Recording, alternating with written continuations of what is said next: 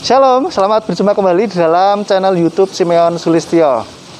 Nah, saudara-saudara, sekarang saya mau mewawancarai seseorang yang pernah mengalami near death experience, bahasa ngetren gitu ya. Tapi secara umum itu beliau ini pernah mengalami dibawa ke sebuah alam lain gitu ya. Nah, nanti kita lihat bagaimana ceritanya. Oke.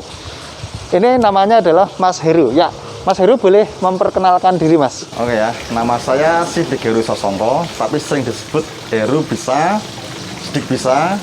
Keseharian saya bekerja di perusahaan furniture yang menggeluti bidang mebel, tapi di bagian saya pegang kendali di CNC, Computer Numeric Control, yaitu program membuat desain khusus untuk desain mebel, untuk gebyok, untuk mebel yang berbau-bau ukiran gitulah.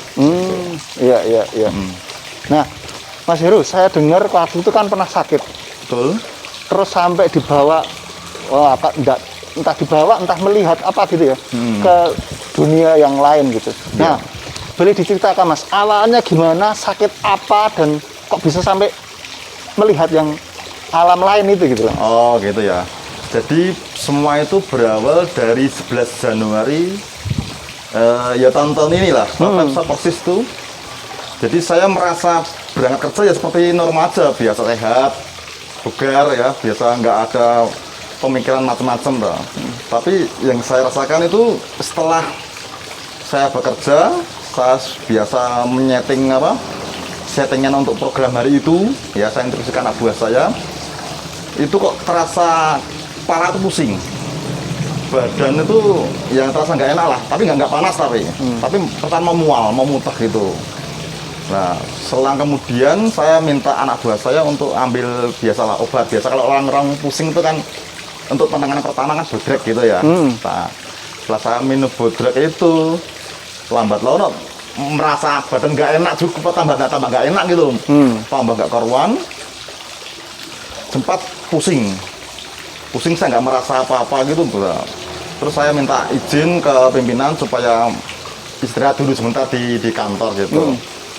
Tapi kok melihat dari kondisinya semakin bertambahnya waktu kok nggak membaik. Nah, terus saran dari pimpinan, udah kebawa ke rumah sakit, salah satu rumah sakit di Ungaran tuh, Kensaras tuh. Oke lah katakanlah.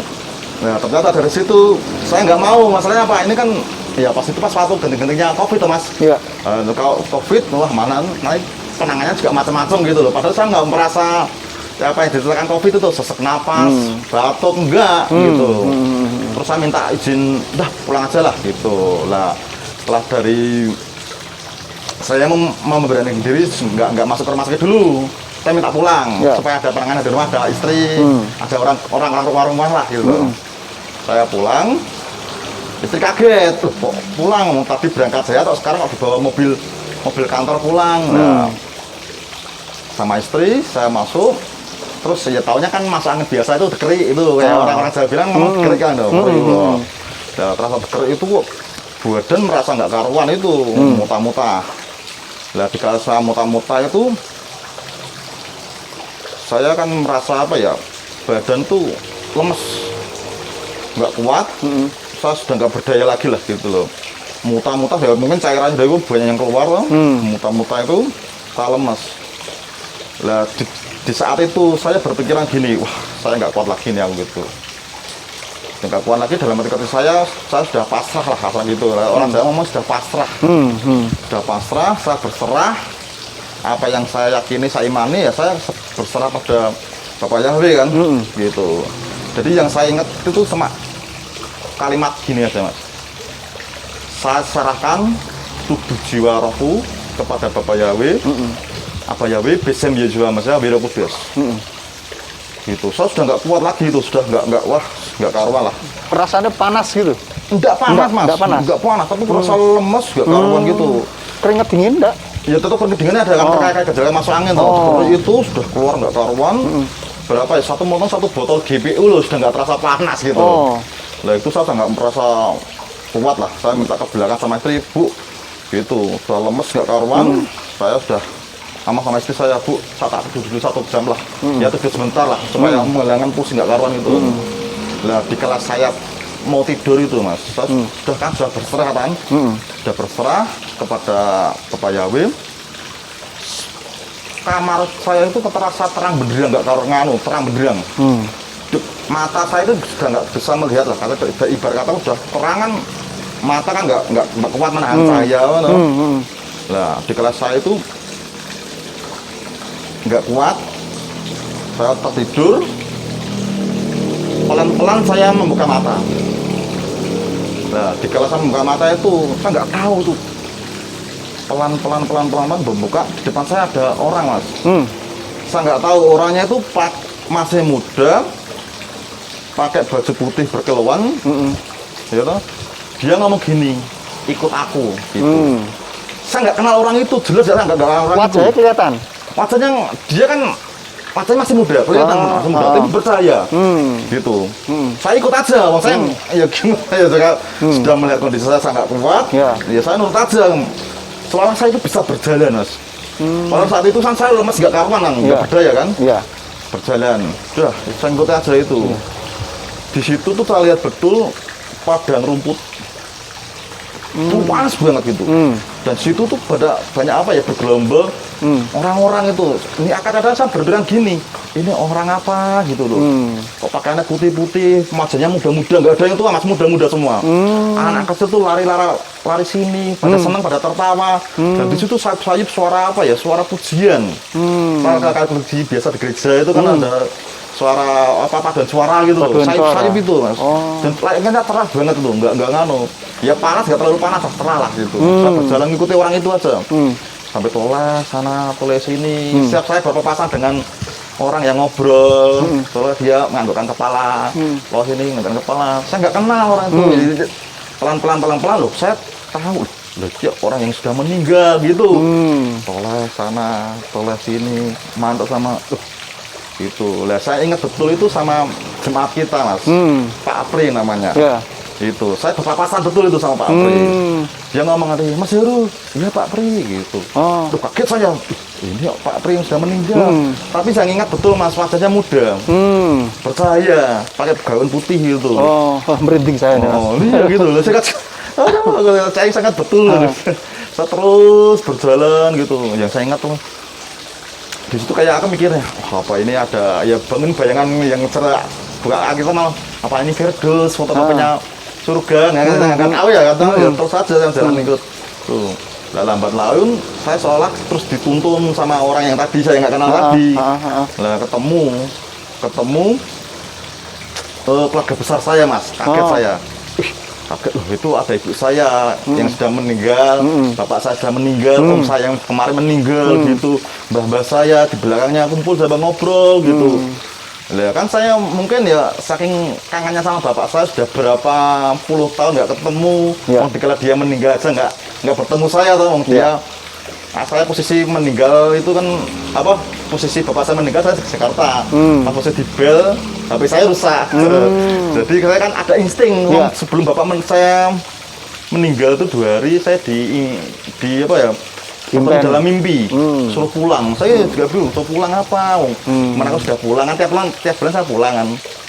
Tiap bulan gitu pulang. Terus saya kaget, apa? Lah saya itu kan niat pulang ya, pulang lah. Aku mungkin ada kangen sama saya, bapak saya. Lah gitu. Lah pas posisi saya pulang, kondisi bapak saya sudah nggak ada, saya juga kaget gitu.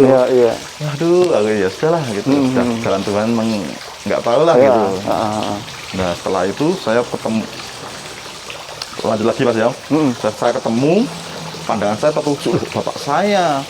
Seketika itu juga, ya otomatis Mas, saya lari sekencang mungkin. Tak peluk bapak saya itu. Saya kangen lah, tak peluk bapak saya, sama ketemu. Terus saya nggak mau tak lepaskan gitu. Cuma bapak saya lihat saya gini bilangnya, ya istrinya ngomong Jawa aja lah. Lagi ngopo ini, kuwi urung wayahe Bali. Ya kadang kamu belum waktunya pulang gitu. Dan sana kamu pulang, anak istri kamu masih membutuhkan kamu gitu. Lah seketika itu juga saya kayak ada radiasi dari bapak saya itu, saya terpental Mas. Mundur saya.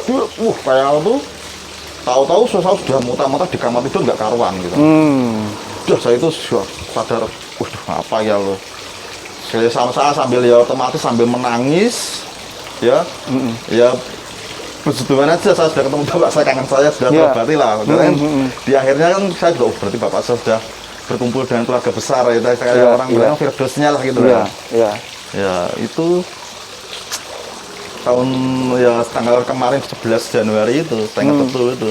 Terus akhirnya setelah itu langsung sembuh atau ada proses sedikit-sedikit terus akhirnya sembuh gitu, Mas? Iya tetap ada proses, Mas. Ya ternyata setelah saya tersadar itu, adik saya membawa saya ke rumah sakit. Kan dia kan dibilang sama istri saya, ini kakakmu kenapa gitu. Terus adik saya izin ngantar saya ke rumah sakit. Nah ternyata setelah itu saya dicek kena stroke gitu. Nah ditensi berat 210 per 175. Waduh. Nah, makanya tinggi banget.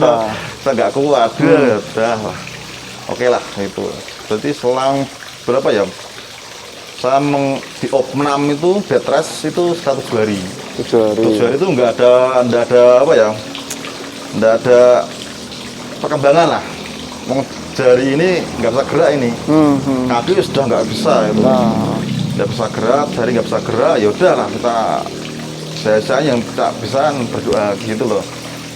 Yang saya pegang cuma satu, Mas, Bapak Yahweh. Melalui bapak saya ngomong gini, udah kamu akan pulang, anak istrimu membutuhkan kamu. Otomatis saya dalam hati sadar dikasih kesembuhan sih saya. Yakin gitu loh. Amin. Nah itu setelah itu 7 hari nggak ada perkembangan, saya dibawa pulang.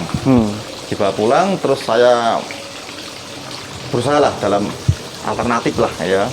Dalam arti pijat saraf gitu. Jadi pijat saraf dengan tujuan supaya saraf bisa fungsi lagi dengan posisi apa ya di pijat itu tadi. Ya saya ya sambil berdoa tentunya kan kita berusaha juga. Yang penting kan dalam hati kita, diri kita dekat dari hati kita juga kan. Diri kita juga. Saya berusaha lah. Jadi saya itu 2 bulan apa ya proses penyembuhan. Puji Bapak Yahweh. Dalam April saya sudah bisa bekerja lagi. Wah, puji ya, Tuhan. ini seperti contohnya kan, bisa gerak semua, bisa gerak jalan, bisa bekerja seperti normal lagi lah. Ini luar biasa ini. Kalau saudara lihat, tidak seperti orang yang pernah kena stroke. Ya sudah normal lah, kanan kiri sudah jalan dengan baik ya. Luar biasa ini. Nah, Mas, waktu di sana itu suasananya tuh seperti padang rumput. Itu rumput toh, ada pohon-pohonnya atau taman, ada bunga-bunga atau bagaimana, Mas? Rumput, terus ada pohon tapi tidak terlalu tinggi supaya orang itu bisa apa ya? Ya bisa berteduh lah gitu loh. Misalnya di situ kan yang saya lihat itu kan berkelompok, mungkin keluarga kecil lah. Sampai dia ceritakan, ya nggak tahu ceritakan apa, tapi dia itu suasananya gembira gitu, nggak ada kesedihan yang diomongin. Kan sambil tertawa, sambil bercanda gitu. Anak-anak lari sana, lari sini, anak-anak kecil itu gitu. Yang itu suasananya enak gitu, nggak ada orang yang sedih. Nggak ada, Mas, nggak ada. Bahagia. Cuma yang saya heran itu kan di situ wajahnya yang kan mesti saya kenal yang mati apa tua gitu kan. Itu di sana itu muda semua kalau ada masanya. Katanya Mas juga ketemu sama emak sama engkong saya. Iya. Itu wajahnya muda juga. Iya, muda semua. Wow, luar biasa. Ya, saya sering kan ketemu gereja itu kan saya tahu gitu. Wah, puji Tuhan. Jadi itu ya, itu yang Mas alami ketika sakit itu ya, mendapat penglihatan seperti itu. Kalau menurut saya itu mungkin ya sudah mendekati kematian atau boleh dikatakan sudah rohnya sudah meninggalkan tubuh gitu ya. Roh sudah terbawa orang. Wah, jadi orang-orang yang sudah terima Tuhan Yesus, itu ada tempat tersendiri gitu ya, Mas? Tempat yang indah lah ya. Tadi Mas Heri katakan padang rumput yang suasana cerah ceria, dan mereka yang matinya tua di sana jadi muda. Jadi muda. Luar biasa sekali. Nah, jadi kalau boleh saya simpulkan ini pengalaman ini benar-benar pengalaman kalau saya katakan tadi near death experience, pengalaman mendekati kematian. Dan orang-orang kadang yaitu melihat sesuatu yang tidak kita lihat di alam ini gitu. Jadi Bapak Ibu Saudara yang sudah kenal Tuhan Yesus atau Tuhan Yeshua Mesias, kalau kematian merupakan sebuah keuntungan kalau di Alkitab katakan, dan ternyata ini kita boleh ngintip sedikit ya melalui Mas Heru yang pernah dibawa ke Firdaus, bahwa di sana itu ternyata mereka bahagia gitu ya. Mereka itu bahagia dan tidak ada kesedihan, tidak lagi sakit ya Mas ya. Betul. Dan Mas Heru waktu kesana pun juga rasanya nggak sakit. Nggak merasa takut. Nggak takut, nggak sakit. Enggak. Seger gitu seger gitu, kayak orang biasa seger aja gitu. Bapak Ibu juga seger ya. Seger semua. Padahal dulu waktu mau meninggal, terutama Ibu ya, yang Ibu kan Ibu itu tahu ya. Bapak ya stroke Bapak juga. stroke. Ibu stroke juga. Lah kan saya kan dari silsilah dari ibu keturunan darah tinggi. Waduh. Oh gitu. Iya. Iya. Nah, di situ seger ya Pak. Seger dan tak sakit. Wajahnya muda. Wah, luar biasa. Jadi Bapak Ibu Saudara, kita tahu kalau orang-orang yang sudah meninggal di alam sana ya, itu mereka tidak lagi sakit, tidak lagi menderita. Betul. Maka ikhlaskan ya, ini mungkin sebagai pelajaran ya buat kita semuanya yang nonton video ini, bahwa kalau orang sudah di dalam Tuhan dan meninggal dengan sudah mengenal Sang Juru Selamat, jadi nggak perlu khawatir, nggak perlu terus disesali kepergiannya, karena mereka yang sudah meninggal pergi ke Firdaus itu sudah bahagia, sudah tidak lagi merasakan sakit. Nah, oleh karena itulah kita yang ada di dalam dunia ini, kita jangan terus menangisi terus. Dan mereka itu sudah bahagia di sana. Kalau kita nangisin terus, mereka melihat kita loh, kenapa sedih gitu ya? Padahal di sini sudah bahagia gitu. Nah, kalau orang-orang yang kita cintai sudah bahagia, sudah tidak sakit lagi, masa kita masih nangis terus? Gitu, logikanya gitu ya Mas ya. Iya. Jadi biarkan mereka sudah bahagia, kita juga ikut bahagia. Kalau kita memang mencintai, mengasihi mereka sudah bahagia di sana, kita harusnya ikut bahagia juga. Apalagi sudah mengenal Tuhan Yesus, Tuhan Yesus sebagai Tuhan dan Juru Selamat. Jadi nggak perlu khawatir ya, nggak perlu bersedih. Ya, kalau bersedih karena kehilangan di bumi kita nggak bisa lihat lagi, itu wajar. Tapi jangan berlarut-larut. Ya, kalau boleh saya ambil kesimpulan, ambil pelajaran dari pengalaman Mas Heru ini. Jadi bersedih karena ditinggal kehilangan, oke lah, boleh, tetapi jangan terus berlarut-larut ya. Karena kita tahu bahwa setiap orang yang sudah mengenal Tuhan, maka rohnya ini nggak gentayangan kemana-mana, tidak menderita atau bagaimana, justru mereka senang, bahagia gitu. Jadi satu dengan yang lainnya, dengan keluarga kita yang sudah meninggal sebelumnya gitu kan. Jadi dikumpulkan keluarga itu. Oh, makanya Tuhan kalau di Alkitab itu bilang engkau akan dikumpulkan bersama dengan leluhurmu. Oh gitu ya. Betul. Berarti nambung nih, cocok nih. Ya, pengalaman Mas Heru cocok dengan yang kita baca di Alkitab, gitu ya. Nah, itulah Bapak Ibu Saudara, ya, kita yang masih hidup ini jangan terus bersedih, berlarut-larut. Ya, kangen itu wajar lah ya. Hanya jangan bersedih, jangan terus mikirin kehilangannya. Mereka sudah bahagia di sana dan kita seharusnya juga ikut bahagia akan kebahagiaan mereka gitu. Tinggal sekarang tugas kita di bumi ini, apakah kita mau mengikuti jejak mereka, mau ketemu lagi dengan mereka. Kita harus tingkatkan iman kita sehingga kita ini bisa bertemu kembali di dalam alam sana, gitu ya Mas. Nah, Mas Heru, terima kasih sekali buat sharing ceritanya yang luar biasa, menguatkan iman saya, dan saya yakin juga saudara, Bapak Ibu, saudara yang nonton video ini juga iman ini pasti dikuatkan. Betul, pasti Mas. Boleh di-sharingkan video ini untuk teman-teman, saudara, keluarga yang masih belum bisa rela kepergian orang-orang yang dikasihinya yang sudah meninggalkan mereka gitu. Nah Mas Heru, untuk kalimat terakhir mungkin ada nggak pesan-pesan buat teman-teman saudara, Bapak Ibu Saudara yang nonton video ini nih? Oke, baik ya. Jadi intinya kita tidak bisa menghindar dari kematian. Yang pasti terpenting itu gimana kita menyiapkan diri menjelang kita mau mati. Betul kan? Ya. Jadi intinya kita pasrah aja lah. Tapi yang kita yakini, yang penting kita nanti pasti kok ketemu dengan keluarga kita. Yang penting keyakinan diri kita menjelang kematian itu kita yakin apa yang kita sembah benar-benar membuat kita menjadi iman yang percaya pada Bapak Yahweh gitu. Jadi intinya kan ya menjelang kita kematian itu roh kita itu di mana gitu. Yang tadi saya katakan. Jadi sebelum saya sudah nggak kuat lagi, sudah nggak mampu, saya berserah kepada Bapak Yahweh. Saya serahkan tubuh jiwa rohku pada Bapak Yahweh.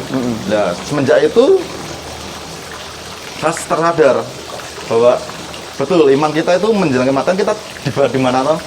Ya, iman kita benar atau enggak loh? Betul, gitu. betul.